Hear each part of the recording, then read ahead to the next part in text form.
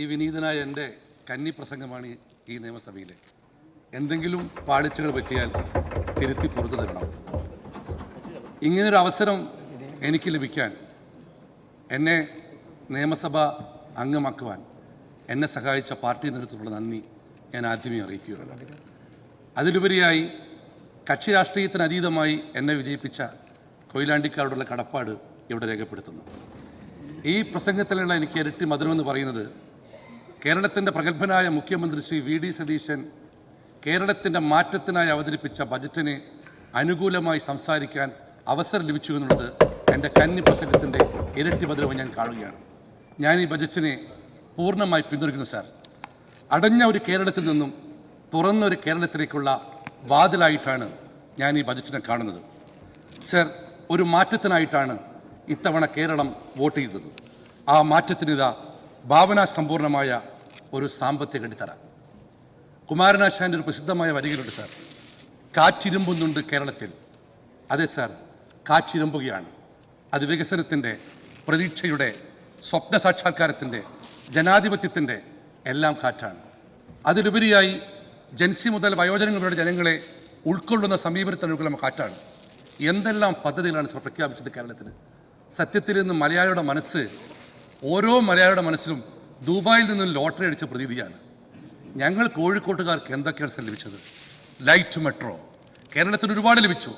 Light metro, മഹാനായ MT Vasudevan നായരുടെ പേരുള്ള സ്മാരകം, മലബാറിനായിട്ട് ഒരു ഫുട്ബോൾ സ്റ്റേഡിയം, അങ്ങനെ നിരവധിയായ പദ്ധതികൾ.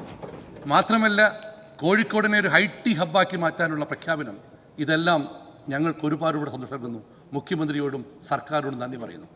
സർ, ഓരോ പദ്ധതി പ്രഖ്യാപിക്കുമ്പോഴും, ഓരോ മാറ്റം വരുമ്പോഴും പ്രതിപക്ഷം പറയുന്നത് മുഖ്യമന്ത്രിക്ക് എന്ത് കിട്ടി, മന്ത്രിമാർക്ക് എന്ത് കിട്ടി, ഭരണകക്ഷിക്ക് എന്ത് കിട്ടിയെന്ന. ഇവരുടെ മനസ്സിൽ ഇപ്പോഴും കിട്ടലും വാങ്ങലും മാത്രമേ ഉള്ളൂ. ഭരണം മാറിയ കാര്യം അവർ അറിഞ്ഞിട്ടില്ല.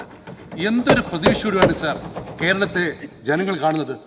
പറഞ്ഞ വാക്കുകൾ പാലിക്കുകയും പാലിക്കുന്ന വാക്കുകൾ മാത്രം പറയുകയും ചെയ്യുന്ന V.D. സതീശൻ എന്ന മുഖ്യമന്ത്രി മലയാളി സമൂഹം കാണുന്നത് വിശ്വാസ്യതയുടെ പ്രതിരൂപമായിട്ടാണ് സാർ. അദ്ദേഹം അവതരിപ്പിച്ച ബജറ്റ് തകർന്നടിഞ്ഞു വീണ കേരളത്തിൻ്റെ സാമ്പത്തിക രംഗത്തെ പുനരുജ്ജീവിപ്പിക്കുന്ന ഔഷധമാണ് സാർ. ഇത്രയേറെ മലയാളികൾ ഒരുമിച്ചിരുന്ന് ഒരു ബജറ്റ് അവതരണവും ഇന്ന് വരെ കണ്ടിട്ടില്ല എന്നുള്ളതാണ് നമ്മൾക്ക് മനസ്സിലാക്കാൻ സാധിക്കുന്നത്. കേരളത്തിൻ്റെ ചരിത്രത്തിൽ തന്നെ അങ്ങനെ ഒന്നിച്ചിരുന്ന ആളുകൾ ഒരേ സമയം ബജറ്റ് അവതരണം കണ്ടത് ആദ്യമായിട്ടെന്നാണ് സാർ നമുക്ക് തോന്നുന്നത്. പിന്നെ എന്തെല്ലാം പദ്ധതികൾ. ഓപ്പറേഷൻ തൂഫാൻ, ബഹുമാന്യനായ രമേശ് ചെന്നിത്തല ആഭ്യന്തരമന്ത്രി ഓപ്പറേഷൻ തൂഫാൻ, വർത്തമാനകാല രക്ഷിതാക്കളുടെ മനസ്സിൽ കുളിർമയെക്കൊണ്ടാണ് ആ പദ്ധതി മുന്നോട്ട് പോകുന്നത്. സർ, ആശങ്കയുണ്ടായിരുന്നു വിദ്യാർത്ഥികളുടെ കുറിച്ച് രക്ഷിതാക്കൾക്കും മാതാപിതാക്കൾക്കും. ആ ആശങ്കയുണ്ടായിരുന്ന മാതാപിതാക്കളുടെ മനസ്സിൽ ഒരു രക്ഷകന്റെ റോളാണ് ഇന്നുള്ളത് ശ്രീ ആഭ്യന്തരമന്ത്രി രമേശിനെ കുറിച്ച്. കോഴിക്കോട് അദ്ദേഹം വന്നപ്പോൾ പ്രസിദ്ധനായൊരു വൈദികൻ പറഞ്ഞത് തിന്മയ്ക്കെതിരെ പോരാടാൻ വന്ന മാലാഖ എന്നാണ്. ഓപ്പറേഷൻ തൂഫാൻ അതിഗംഭീരമായി മുന്നോട്ട് പോകുന്നത്. അതുപോലെ തന്നെ വ്യവസായ രംഗം, PK കുഞ്ഞാലിക്കുട്ടി സാഹിബ് എന്ന പ്രഗത്ഭനായ വ്യവസായ മന്ത്രി ചാർജ് എടുത്തതോടുകൂടി കേരളത്തിനോട് തിരിഞ്ഞു നിന്ന വ്യവസായികൾ വീണ്ടും കേരളത്തിലേക്ക് വരാൻ സന്നദ്ധ പഠിച്ചിരിക്കുന്നു. ആരോഗ്യരംഗം സർ, ബഹുമാനപ്പെട്ട ശ്രീ K. മുരളീധരൻ മന്ത്രിയായ ശേഷം മരുന്നില്ലാത്ത ആശുപത്രിയിൽ മരുന്ന് കൊടുക്കുന്നു, ഡോക്ടർമാരുടെ അടുത്ത് ഡോക്ടർമാർക്ക് കൊടുക്കുന്നു. ഇവിടെ ബഹുമാനപ്പെട്ട എൻ്റെ സ്നേഹിതൻ അംഗം റിയാസ് പറഞ്ഞു അദ്ദേഹം എല്ലാ പ്രവർത്തനങ്ങൾക്കും പിന്തുണ കൊടുത്തു എന്ന്. സർ, എനിക്ക് മനസ്സിലാവുന്നില്ല. ഈ ആരോഗ്യരംഗത്തെ പുനരുജ്ജീവിപ്പിക്കാനുള്ള പ്രധാനപ്പെട്ട പദ്ധതിയാണ് അദ്ദേഹം ആരംഭിച്ച കായകൽപ്പം പദ്ധതി. അതിൻ്റെ സംസ്ഥാനതല ഉദ്ഘാടനം കോഴിക്കോട്ടായിരുന്നു. കോഴിക്കോട്ട് അങ്ങാടിയിൽ അങ്ങോട്ടും ഇങ്ങോട്ടും ടാറ്റ അടിച്ചു പോയതല്ലാതെ ആ ഉദ്ഘാടനത്തിന് ക്ഷണിച്ചിട്ട് പോലും ബഹുമാനപ്പെട്ട റിയാസ് പങ്കെടുത്തിട്ടില്ല എന്നുള്ളത് വളരെ വേദനയോടെ അറിയിക്കുകയാണ്. കോഴിക്കോട്ടെ മേയർ പോലും പരിപാടി വന്നു, പക്ഷെ അദ്ദേഹം വന്നില്ല. നിപ്പയ്ക്ക് പിന്തുണ കൊടുക്കുന്നു പറഞ്ഞു. നിപ്പയ്ക്ക് പിന്തുണ പറഞ്ഞു. പറയാ ഞാൻ പറഞ്ഞു. കന്നിപ്രസംഗല്ലേ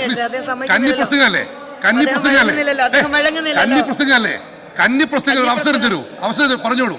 അദ്ദേഹം പങ്കെടുത്തിട്ടില്ല. രണ്ടാമത് നിപ്പയ്ക്ക് പിന്തുണ കൊടുത്തു പറഞ്ഞു. എന്ത് പിന്തുണയാണ്? അദ്ദേഹം ഒരു ആശുപത്രിയുടെ മുന്നിൽ പോയി സമരം നടത്തി, ദൃശ്യമാധ്യമങ്ങൾ ദൃശ്യം എടുത്തു, അദ്ദേഹം തിരിച്ചുപോയി. അത് കഴിഞ്ഞ് വൈകുന്നേരം വന്ന് മധുരക്കാട് പിന്തുണയും കൊടുത്തു. പിന്നെ കൊയ്ത്തുകാലം എന്ന് പറഞ്ഞു.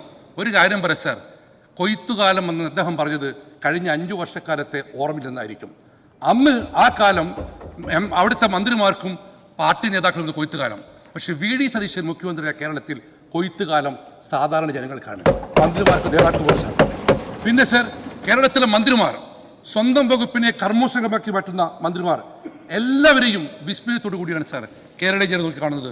രാഷ്ട്രീയ വിരോധം വെച്ചല്ലാതെ ഒരാൾക്കും ഈ ബജറ്റിന് എതിർ സംസാരിക്കാൻ സാധിക്കില്ല.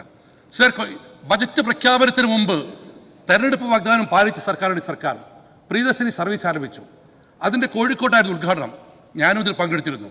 അതിൽ ഇടതുപക്ഷം ബഹിഷ്കരിച്ച് വീട്ടിൽ പോയ ഇടതുപക്ഷ സുഹൃത്തുക്കളെ വീട്ടിൽ നിന്ന് സഹോദരന്മാർ വഴക്ക് പറഞ്ഞു എന്നാണ് കോഴിക്കോട്ടുകാർ പറയുന്നത്. സർ, മാത്രമല്ല മറ്റൊരാൾ BJP-ക്കാർ അവർ മാർച്ച് നടത്തി സൂപ്പർ ഫാസ്റ്റിനും വേണമെന്ന് പറഞ്ഞു. ആ സൂപ്പർ ഫാസ്റ്റിലേക്കും ഫ്രീ സർവീസ് വേണമെന്ന് പറഞ്ഞുകൊണ്ട് മാർച്ച് നടത്തിയ BJP-ക്കാർ വീട്ടിലെത്തിയപ്പോൾ വീട്ടമ്മമാർ പറഞ്ഞത്രേ പാചകവാതക സിലിണ്ടറിന് 100 രൂപ കുറച്ചിട്ട് മതി ഞങ്ങൾക്ക് ഈ സൗദിയിൽ നിന്ന് യാത്രയാണ്. അതുമാത്രമല്ല സർ, ഏത് കാര്യത്തെയും ആദ്യം എതിർക്കുകയാണ് ഇടതുപക്ഷ രീതി. ഏത് കാലവും അറിയാമല്ലോ. നേരത്തെ ശ്രീ മഞ്ഞുരംഗൽ സാർ പറഞ്ഞു രാജീവ് ഗാന്ധി കമ്പ്യൂട്ടർ കൊണ്ടുവന്നു. ഇവർ വിളിച്ച മുദ്രാവാക്യം എന്താ? തൊഴിലെത്തിക്കൂ കൈകളിലാദ്യം, എന്നിട്ടാവാം കമ്പ്യൂട്ടർ. ഇന്ന് കമ്പ്യൂട്ടർ ഇവരുടെ ഓഫീസിൽ മാത്രമല്ല, പോക്കറ്റുണ്ട് കമ്പ്യൂട്ടർ. ട്രാക്ടറിന് എതിർത്തു. അനശ്വരനായ ലീഡർ നെടുമ്പാശ്ശേരി വാർത്ത കൊടുത്തപ്പോൾ അതിന് എതിർത്തു. ഇതിന് ഭരണത്തിന് വരുമ്പം ഇവർ പറയും കാലഘട്ടത്തിൻ്റെ ആവശ്യമെന്ന്.